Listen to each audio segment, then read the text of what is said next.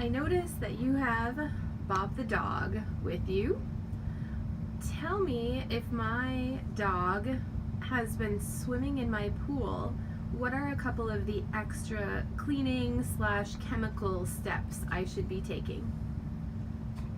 I've been at this for 30 years, and all the recommendations in all of those years up until recent years were a dog swimming in a pool is the equivalent of 50 bathers, 50 people swimming in your pool. That's what you're getting in the dander in their hair and the things that come off of the surface of a dog. It's equivalent to 50 bathers, 50 swimmers.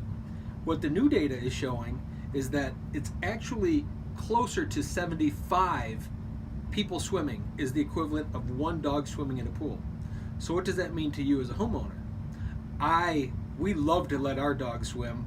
We're golden families here, and we have all kinds of dogs in our pool, but we have to do a couple steps further to make sure that our pool stays clean. First off, you're going to collect a lot of hair. If you have a big dog with long hair, for sure, you're going to collect a lot of hair in the pool. What I would recommend first and foremost is be aware of that.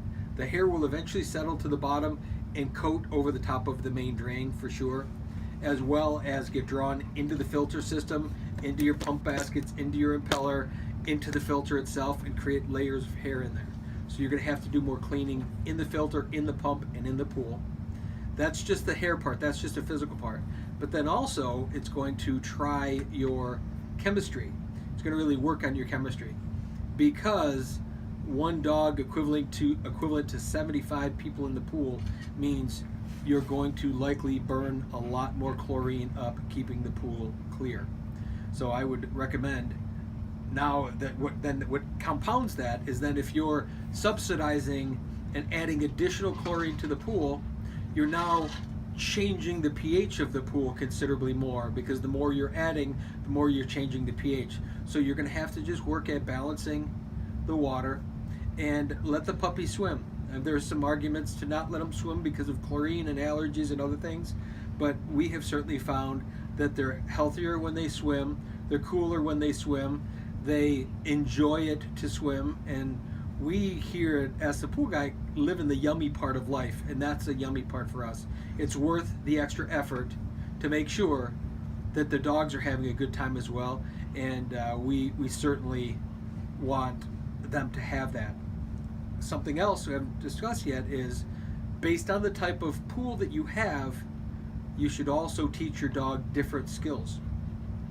In a vinyl liner pool, with the risk of a dog tearing a liner, which it can happen, is it likely to happen? No, not too much. Bob the dog here, as a matter of fact, walks on his hind legs in a vinyl liner pool, and there's been...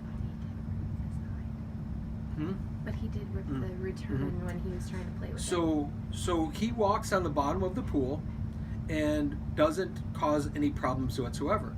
However, when a dog is swimming and their motion is like this and they come up to the wall of the pool, you always run the risk of their nails tearing the liner. In one particular case, Bob certainly did that.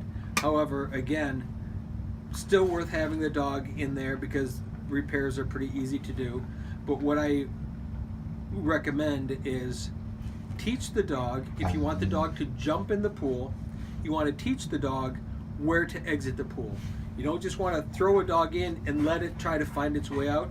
The first time's in the water, you always want to bring it back to the steps. You always want to bring it back to the sun shelf or a love seat or somewhere that the dog can get out of the water, because you don't want to put them in a position of panicking, of trying to get out and trying to clamber up the side.